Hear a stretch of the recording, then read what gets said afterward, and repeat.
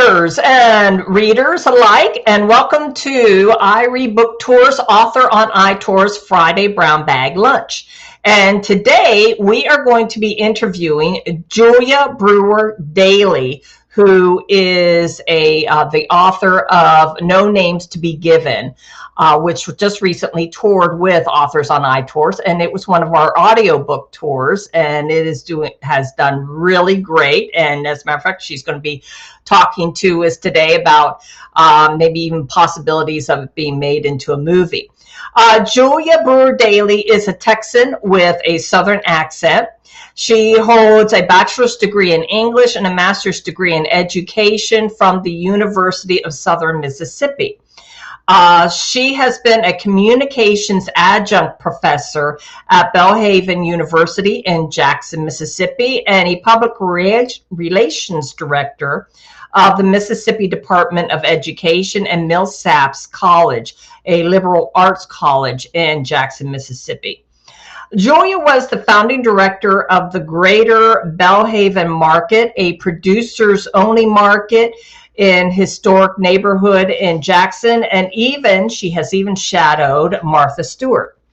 As the executive director of the Craftsmen's Guild of Mississippi, which operates in the Mississippi Crafts Center, and it has over 300 artisans from 19 states.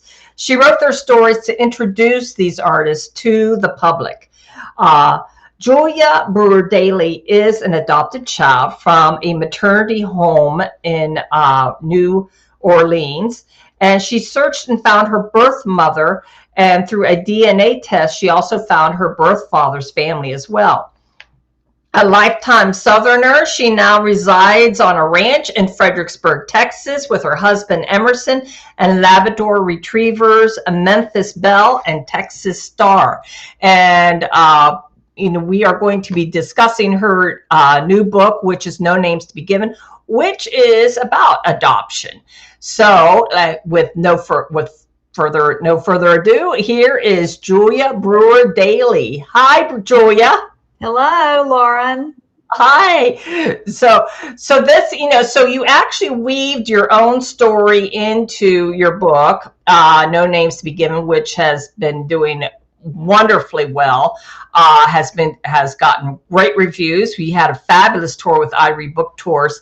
Why don't you tell us, how your plot came along and how it's weaved into your own story? Tell our readers a little bit about the book itself and the plot line to it.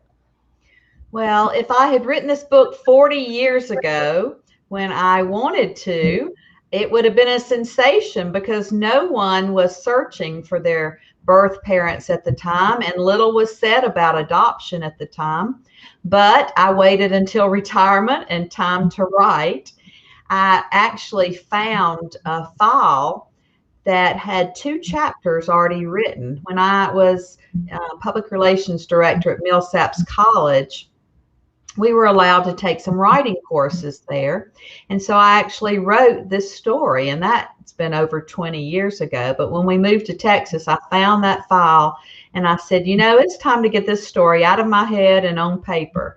So that's when I began to write. And the story does have a memoir thread running through it because I was adopted from a maternity home hospital in New Orleans back in the 50s. And my protagonists meet at that maternity home hospital in the 60s to relinquish their babies for adoption. And then they were supposed to return home as if nothing happened.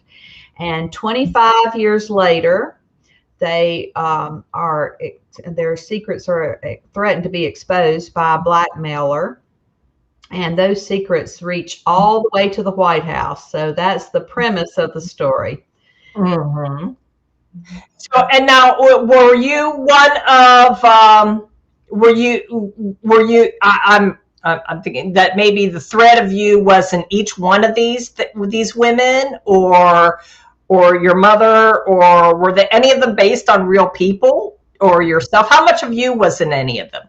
Well, the story also not only contains the 3 women, the birth mothers who gave up the babies, but later in the book, the adopted children as well. And I am certainly in one of those adopted children. And that's some of the stories that actually occurred to me. I bought the rights to put, I don't know if you remember the song Love Child by the Supremes, but Yeah, I, I remember that I do song. have I do have some lyrics in the book about that, and that actually happened. My mother was driving me and my teenage friends down the road, and we were rocking and rolling to that song, and she was just furious because, I came to realize as an adult I was the love child of that song, and my mother didn't want me to feel that way, as the song says. And then another chapter in the story talks about sitting around a kitchen table with my great grandmother, and she had 12 children, and she wanted to know how many offspring came from those 12 children, and they were making a list. And then she scratched off 3 names. She said, "These names don't belong." And I said, "Who doesn't belong on the list?" And she said, "Well, the ones who are adopted." And I said, "Why not?" And she said, "Because I just want to know my natural offspring." And when she said that, I said, "Well, I don't feel unnatural. And if I don't belong on this list, whose list do I belong on?" So those stories really happened, and they're in the book from an adopted child standpoint. But what's been really great, Lauren, is that I have had birth mothers from the 60s who gave up their children for adoption, one from the maternity home where I was born. They've reached out to me, other adoptees. That's been the most fun part of this journey, is hearing all of those life stories and all of those people who have kept secrets all these years. Now, did you know that you were adopted? Because you said your great grandmother was in action, crossed your name off the list. Did you know early on, or was this some? Did you know while you were riding down the street, down the road, singing "Love Child"? That did you know then that you were adopted, or was it ever cut? Or was it a secret that you didn't know? No, my parents told me from an early age. They had little storybooks that they would read to me about, not being in my mommy's tummy, but being born from her heart, and that I was a chosen child and I was very special. And I believed that. When I was singing that song, I never put two and two together and thought of myself as a love child at that moment. But later on, of course, I realized my mother was trying to protect me. But no, I was told from an early age, and always thought I was special because I had a gotcha day birthday, when they brought me home from the hospital, and a regular birthday. So my siblings who came along later only had one birthday a year. So I really thought I was special because I got 2 cakes. Mhm. So how did your birth mother feel whenever you contacted her? Or was she keeping this a big secret, like maybe the characters in your book? Or how did she react? Or how was your relationship compared to that of your adopted mother? Well, I went into the search for her because I wanted to know my health records. Nobody left any records with us. And every time I would go into a doctor's office, they would say, "Is there heart disease in your family, or diabetes, or cancer?" And I would say, "I don't know," because I'm adopted. So we'd have to start from scratch with all of my health issues. And so that's basically the reason that I wanted to find her. And I knew that it could be a bad situation, that, women wanted to keep this secret because it had been so many years, and they might not have told their families. They might not have told a husband that they had given up a child for adoption. But she had, her husband knew, her sons, my half brothers, did not know. So when I found her, she was delighted to hear from me, and she then told the boys that I had found her and that she had given me up for adoption. So it was a good situation. Hmm.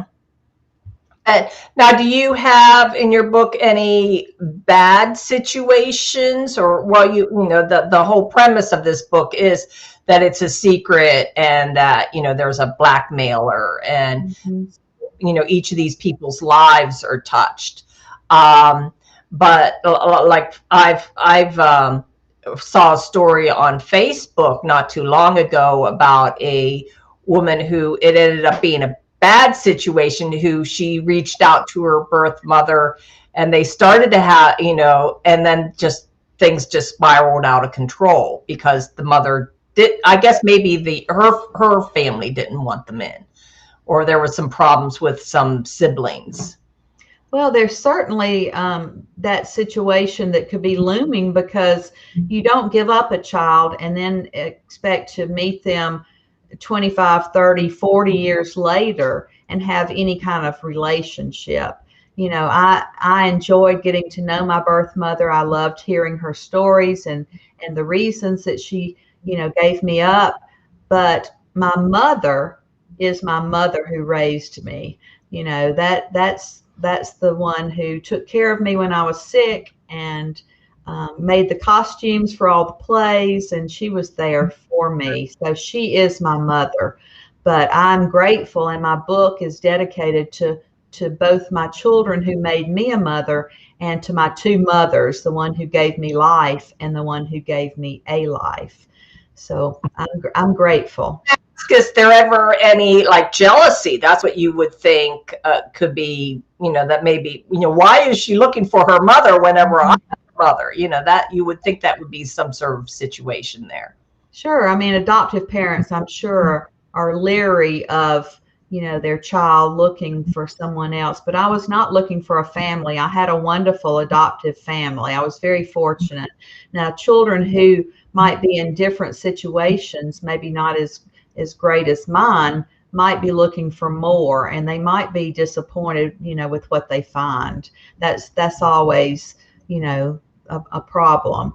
But I just wanted to, I was curious. I wanted to know our health records for my children and for myself.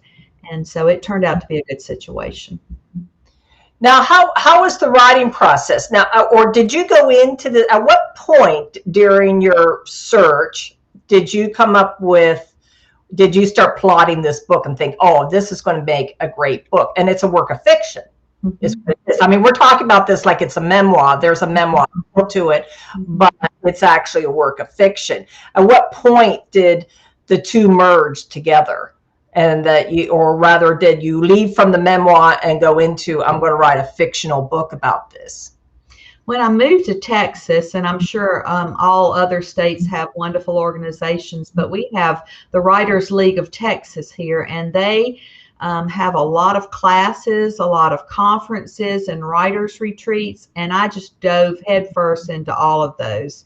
And my favorite thing to do is to go to writers retreats. You get to have a class in the morning on the craft of writing or the business of writing, and then you can hole up in a small area and write to your heart's content, without any interruptions. You don't have to fix your husband's supper or take the dogs out or, be interrupted throughout the day. My last retreat I went to was actually at a small college, and we were in dorm rooms. So you can imagine a dark little dorm room where I just sat and made my word counts every day. But I could actually see those characters on the screen. I could see the clothing. It begins in the 60s. So you can imagine the clothing they were wearing, the hairstyles. I could see it on the big screen, and it's great to think about that and to be able to let your mind just imagine, what would it be like if I were a birth mother? I drew from the birth mother stories that I heard from, and the ones that I knew, my own birth mother. And then, of course, I had the advantage of being an adopted child, and so I could write about that very easily. But I let my imagination, flow from there and take it from memoir into fiction, especially with the blackmail and the secrets that were kept, and a first lady in the White House, those kind of secrets that you would have to keep in those days. Mm-hmm. And you said that there's you have a media agent who's looking to maybe make this into a movie. What do you envision? Any particular actors to play certain types of characters in? did you envision any of them whenever you were writing it? 40 years ago, I had them picked out. You know, I knew the characters 40 years ago who would play these characters, but now I have to look at this whole new crop of young actors and try to envision, would that face fit the one in my mind when I was writing. And I can see Reese Witherspoon as Faith, because you know she has sung in several movies before and does a great job with it. And Faith is a professional singer, so I can see that happening. Mhm. Well, now what are you working on now, or is this, because this book was obviously a work of love for you, and for every author, a book is a work of love. Are you working on any other projects now? I am. I'm actually trying NaNoWriMo for the first time. I don't know if you've done that, but it is quite the challenge to accept that we can write 50,000 words in 1 month. That's 1,667 words a day. So I'm working on that to get my second novel, which is set in my chosen state of Texas now. It's about a female heir to the largest ranch in Texas who stumbles upon an ancient people living on her property. Oh, wow. And I am going to have a very, very rough draft at the end of NaNoWriMo that hopefully I can start editing, by the first of the year and finish it up. I think with my first novel, I took so much time to write each chapter, have my beta reader read the chapter, then I would go back and edit the chapter, and it just took forever with that process. And I think what NaNoWriMo is going to allow me to do is just to write and just get those words on paper, and don't worry about punctuation, and don't worry about anything but letting the words flow, and then I can go back and edit. And I think it's going to be a quicker process this time. Mm-hmm. Yeah, that's generally the way I write, is that I write the whole thing and then I go back and edit it, because you lose your train of thought. Yes. Especially if you get interrupted a lot, which Yes. I tend to get interrupted a lot. Mm-hmm. So how far are you now? You started with November, and can you tell readers what that is? Because I'm familiar with it. It's where you spend the month in November writing your book. Yes, it's the National Novel Writing Month. It's a nonprofit, and they have hundreds of thousands of writers who take this challenge every year, and some have done it for many years. This is my first time, because I just thought, well, I just can't write like that. I can't force myself, every day of the month of November, especially because I'm going to be on another book tour, an actual book tour, for a week in November. So that's going to be challenging, I think, to take my laptop and at night try to get my word count in after going to some bookstores and having some signings. Mm-hmm. Mm-hmm. Yeah, and there have been some famous books that have come out of the November Writings Month. I'm doing that every day, as I have a word count that I need to get written. But there, I was told that Water for Elephants, which I can't remember the name. I would look it up if I knew we were going to be talking about this. Water for Elephants was written during the November Writing Month. Yeah. That was, the author who did that. So sorry if I don't remember the name. So that's what. So you're working on another book. You're going to do a book tour. Tell everyone where you're going to be on your book tour, in case some of our viewers are going to be in the area. Well, on November 16th, I will be in Pass Christian, Mississippi, at Pass Christian Books. And then on the 19th and 20th, I will be at Handworks Holiday Market in Jackson, Mississippi. And while I'm there, I'm going to slip up to Lemuria Books on the 19th, which is in Jackson, and a premier bookstore there. And I will be there on the 19th of November. So just trying to cram in several events in 1 week and drive 12 hours to get there. Well, it sounds like, in-person book events are coming up again. Yeah. Yes. Yeah. And book club meetings are going from Zoom to in-house book club meetings. So I've loved meeting with book clubs and finding out that my book was chosen for a May and a September already for next year. So that's going to be fun to discuss the book with them, because these topics of adoption, these days, we have all these current issues of same-sex adoptions, adopting out of the culture, international versus in country adoptions, so many. Not to even mention the flip side of the coin of adoption would be abortion. And you can imagine all the topics that surround it. So this November happens to be National Adoption Month as well as Novel Writing Month. So a lot of radio stations and have contacted me about talking about the topic of adoption. Mm-hmm. Now you had No Names to Be Given. The tour you did with us was an audio book. Mm-hmm. Can you tell us a little bit about, did you, whenever you were writing this, did you envision it, or could you hear the voices as far as being an audiobook? Or what was your process there in having the audiobook produced? Well, I have become a person who only listens to audiobooks. Mm-hmm. It is so much better for me as far as time. So if I'm traveling for 12 or 14 hours in the car, I can listen to one book on the way over and one book on the way back. And every morning I get up and I run the dogs and feed them. And then I get on my bike and I ride for 20 miles every day. And while I'm on that bike, I am just devouring these audiobooks. And I have gotten into thrillers and have been devouring all these thrillers. And so I knew that I wanted to have an audiobook because I have really become such a fan.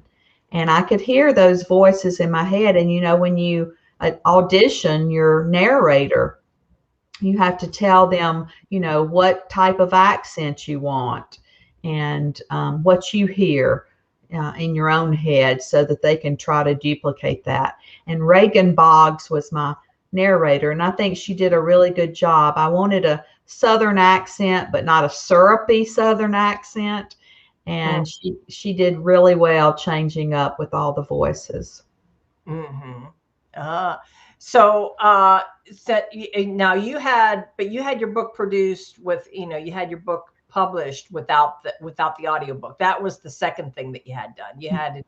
Well, how did you go about having the book published? Well, I was certainly going down the route of being able to self-publish if I needed to. I went to a lot of classes about that, and it's become quite a viable option for everyone. But then I thought, well, I'm going to try the traditional route.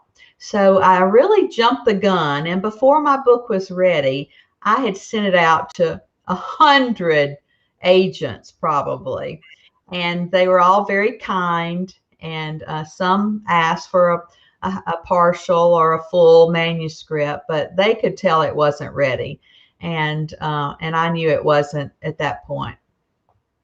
So I went to one of my writing retreats, and I met one of the women there who is an author herself, and she had just started a small imprint. And I told her about the book, and she loved it. And so now I have a partner. It's like a hybrid kind of publisher, but she's been great. Yeah, a lot of authors are going that way. They're going with hybrid, and some of them they'll do the traditional route, and then they have certain series or certain books that they do the independent route, and they call themselves hybrid authors. There's just so many out there. There's so many different avenues these days. You don't have to be with the big four, to be successful in publishing now. Mm-hmm. And is it through your publisher that they're shopping the book to be made into a movie or a miniseries, or Actually, through my publicist, New Shelves Books, Carrie Barnum, has done a great job of getting in touch with people she thinks might have an interest in this book. Mm-hmm. Oh, and so hopefully by this time next year, you'll have a contract with them. I hope so. I hope so. Spoon too. That was one of the reasons that I didn't want to go the traditional route, is that I'm one of the debut authors over 60, and I've been reading more articles about us. There's a large group of women novelists who have waited until retirement to write their first book. And to go the traditional route, just takes years. It takes years to find an agent. It takes years for that agent to sell the book. And, worst case scenario could be, 5 or 6 years before I would see the book in print. And so I said, at my age, I just don't have that kind of time. Plus, you have more say in what you're going to do with the book, or how you're going to do it, or or the cover. I've been at book events with authors who were traditionally published, by a big publisher, and have them hold up the book and say, "I hate this cover." Yes. Yes. And I had no say in it. I hate this cover. Yeah. I hate this cover. Well, now you haven't shown everyone the book. So hold up your book so everybody can see it and see the cover. Okay, no names to be given. And and Julia Brewer Daily. And I have in the description below, I have the link to your website. And and your website has your upcoming book tour. Yes. If anybody happens to be in the neighborhood and they want to go see you, then they can go see you at one of your book events. Sure. Actually meet you live and in person. Okay. All right. Well, thank you very much for visiting with us today, Julia. And it was a delight talking to you and about your story and about your book. And anybody can stop by at iRead Book Tours to take a look at your tour schedule, see some of the reviews and some of your author interviews and guest posts. And be sure to go to Julia's website and get your tour schedule. Thank you so much, Lauren, for all you do to promote authors. Okay. Well, thank you very much, Julia. And we'll see you next time with your next book. All right.